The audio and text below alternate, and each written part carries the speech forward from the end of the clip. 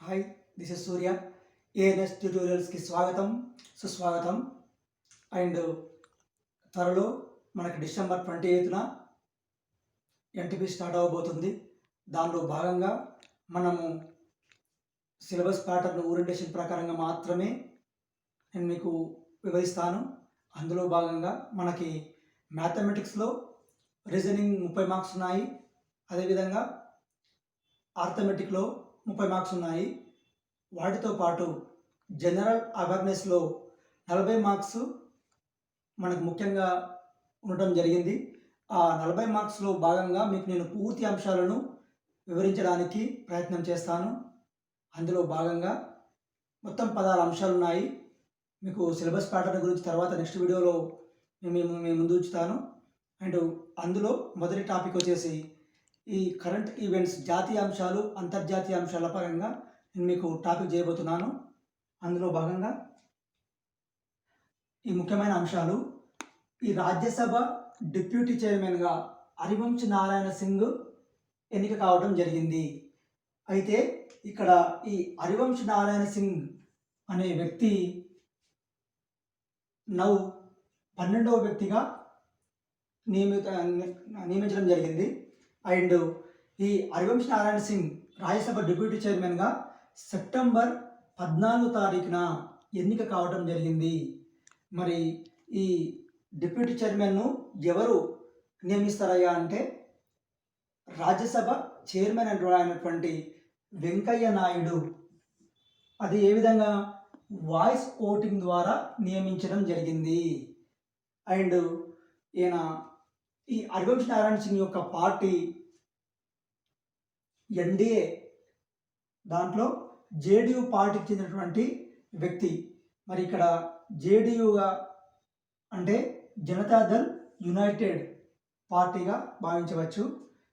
అయితే ఈ Rajya Sabha deputy chairman Harivansh Narayana Singh ఎవరైతే ఉన్నారో రెండోసారి ఎన్నిక కావడం జరిగింది. మరి మొట్టమొదటిసారిగా ఎప్పుడు జరిగిందయ్యా అంటే 2018 సంవత్సరంలో ఆనాడు కాంగ్రెస్ నేత అయినటువంటి బీకే హరిప్రసాద్ను ఓడించి ఈ రాజ్యసభ డిప్యూటీ చైర్మన్గా ఎన్నిక కావడం జరిగింది. అండ్ అయితే ఈరోజు రెండోసారి మనం అనుకున్నాం కదా. అయితే మొదటిసారిగా మాత్రం 2018లో కాంగ్రెస్ నేత బీకే హరిప్రసాద్ను ఓడించి ఎన్నిక కావడం జరిగింది. అయితే ఏప్రిల్లో అంటే 2020 ఏప్రిల్లో తన పదవీ కాలం ముగియడంతో మళ్ళీ పోటీ చేయడం జరిగింది. అండ్ మరి ఇక్కడ రాజ్యసభ డిప్యూటీ చైర్మన్ ప్రస్తుతం హరివంశ్ నారాయణ సింగ్.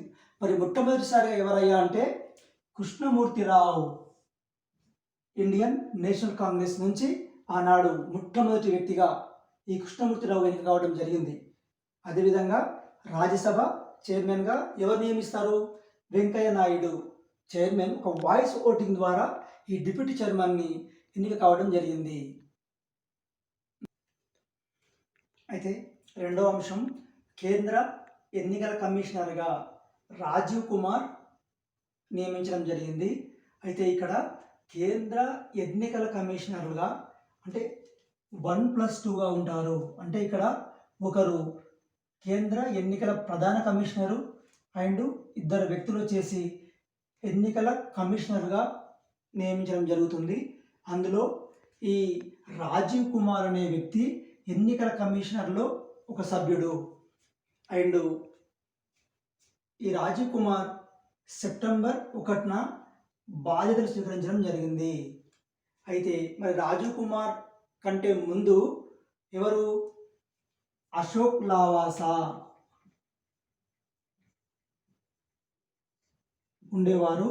అయితే ఈ అశోక్ లావాసా అనే వ్యక్తి ఏడీబీ వైస్ ప్రెసిడెంట్గా నియమితులవ్వడం జరిగింది. ఏడీబీ అంటే ఇక్కడ ఆసియన్ డెవలప్మెంట్ బ్యాంక్ వైస్ ప్రెసిడెంట్గా నియమితులవ్వడం జరిగింది. ఎవరు? అశోక్ లావాసా. మరి అశోక్ లావాసా ప్లేస్లో రాజీవ్ కుమార్ కేంద్ర ఎన్నికల కమిషనర్గా నియమితులవ్వడం జరిగింది.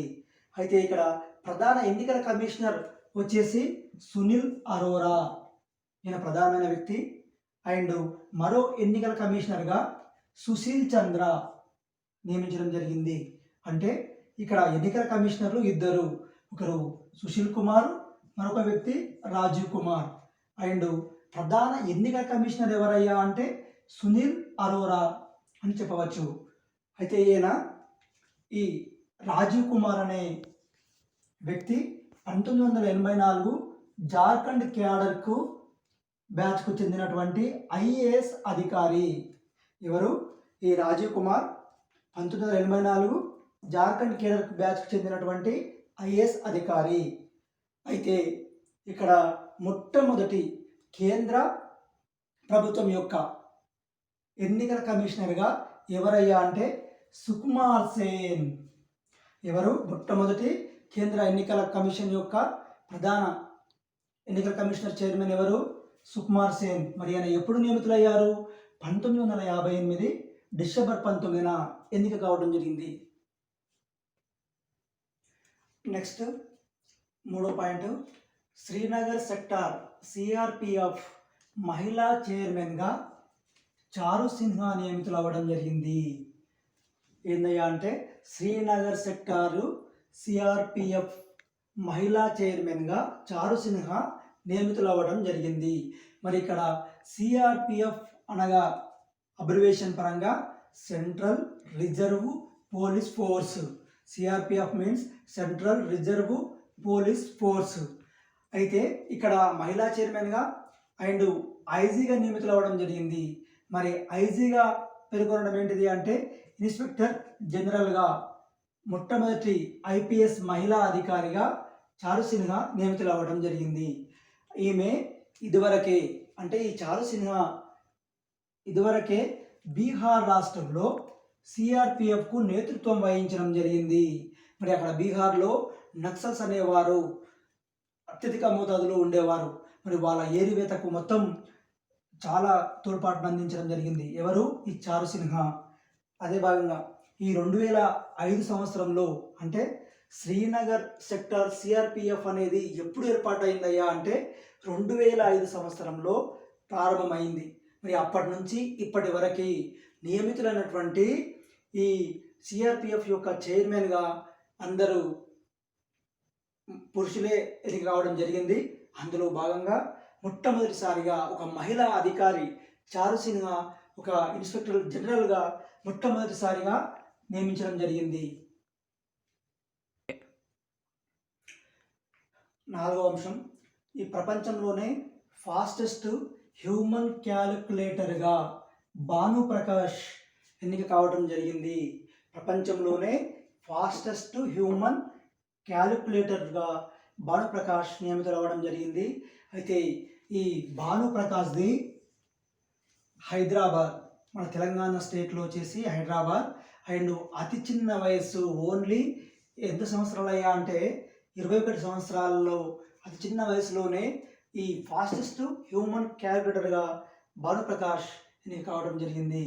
అండ్ ఇక్కడ లండన్లో నిర్వహించిన ఈ మైండ్ స్పోర్ట్స్ ఒలింపియాడ్లో ఈ మెంటల్ క్యాలిక్యులేషన్ ప్రపంచ ఛాంపియన్గా బంగారు పథకం సాధించడం జరిగింది. ఇక్కడ నిర్వహించారు, లండన్లో నిర్వహించడం జరిగింది. మరియు అక్కడ నిర్వహించినటువంటి మైండ్ స్పోర్ట్స్ ఒలింపియాడ్లో మెంటల్ క్యాలిక్యులేషన్ ప్రపంచ ఛాంపియన్గా బంగారు పథకం సాధించాడు. మరి ప్రపంచంలోనే మొదటి భారతీయుడు ఎవరయ్యా అంటే నీలకంఠ భానుప్రకాష్. అండ్ ఇక్కడ 5వ అంశం వచ్చేసి మేఘాలయ గవర్నర్గా సత్యపాల్ మాలిక్ను నియమించడం జరిగింది. మరి ఒక గవర్నర్గా భారతదేశంలో ఒక స్టేట్కి గవర్నర్గా నియమించే అధికారం ఎవరికి ఉంటుందయ్యా అంటే రాష్ట్రపతికి ఉంటుంది. మరి రాష్ట్రపతి అయినటువంటి రామ్నాథ్ కోవింద్ ఈ సత్యపాల్ మాలిక్ను మేఘాలయ గవర్నర్గా నియమించడం జరిగింది. అయితే ఈ సత్యపాల్ మాలిక్ అంతకన్నా ముందు మరి ఏ రాష్ట్రానికి గవర్నర్గా ఉండేవాడు? ఈ గోవా గవర్నర్గా ఉన్నటువంటి ఈ సత్యపాల్ మాలిక్ను బదిలీ చేయడం జరిగింది. ఎక్కడ? ఈశాన్య రాష్ట్రమైనటువంటి మేఘాలయలో బదిలీ చేయడం జరిగింది. ఎవరు? రామ్నాథ్ కోవింద్. మరి ఆయన ఎవరు? భారత రాష్ట్రపతి. అయితే మరి ఎప్పుడు నియమితులు అయ్యడం జరిగింది? ఆగస్టు 18న రాష్ట్రపతి ఉత్తర్వులు జారీ చేయడం జరిగింది. ఎప్పుడు? ఆగస్టు 18న. అండ్ మరి ఇక్కడ ఖాళీ అయినటువంటి గవర్నర్ ప్లేస్ను మరి ఎవరికి అప్పగించడం జరిగింది? మహారాష్ట్ర గవర్నర్ అయినటువంటి భగత్ సింగ్ కోశ్యారీకి ఈ గోవా రాష్ట్రం యొక్క బాధ్యతలు అప్పగించడం జరిగింది. అండ్ మేఘాలయ గవర్నర్గా మరి ఈ సత్యపాల్ మాలిక్ కన్నా ముందు ఎవరుండేవారు? తథాగత రాయ్ అనే వ్యక్తి ఉండేవాడు. మరి ఈయన అక్కడ మేఘాలయ రాష్ట్రానికి, ఈశాన్య రాష్ట్రమైనటువంటి మేఘాలయ రాష్ట్రానికి 5 సంవత్సరాలు పూర్తి చేయడం చేత ఆయన పదవీ కాలం ముగియడం జరిగింది. మరి తర్వాత నెక్స్ట్ ఎవరిని? ఈ సత్యపాల్ మాలిక్ను గోవా నుంచి అక్కడ మార్పు చేయడం జరిగింది. అండ్ ఈ సత్యపాల్ మాలిక్ కూడా గతంలో జమ్మూ కాశ్మీర్ రాష్ట్రానికి మరియు బీహార్ రాష్ట్రానికి ఈ గవర్నర్గా పనిచేయడం జరిగింది. Thank you. అండ్ మరిన్ని అంశాలు, మీకు అతి ముఖ్యమైనటువంటి అంశాలను నేను సవివరంగా వివరిస్తాను. తక్కువగా ఉంది మనకు సోదరులారా. అండ్ ఇంకా మరిన్ని అంశాలు ఖచ్చితంగా మీకు ఖచ్చితమైన అంశాలు మనకు మెయిన్గా వచ్చే టాపిక్సే డిసైడ్ చేసి మేము ముందు వివరిస్తాను. అండ్ మీరు నా వీడియో బాగున్నట్లయితే లైక్ చేయండి అండ్ సబ్స్క్రైబ్ చేయండి, మీ ఫ్రెండ్స్ షేర్ చేయండి. Thank you.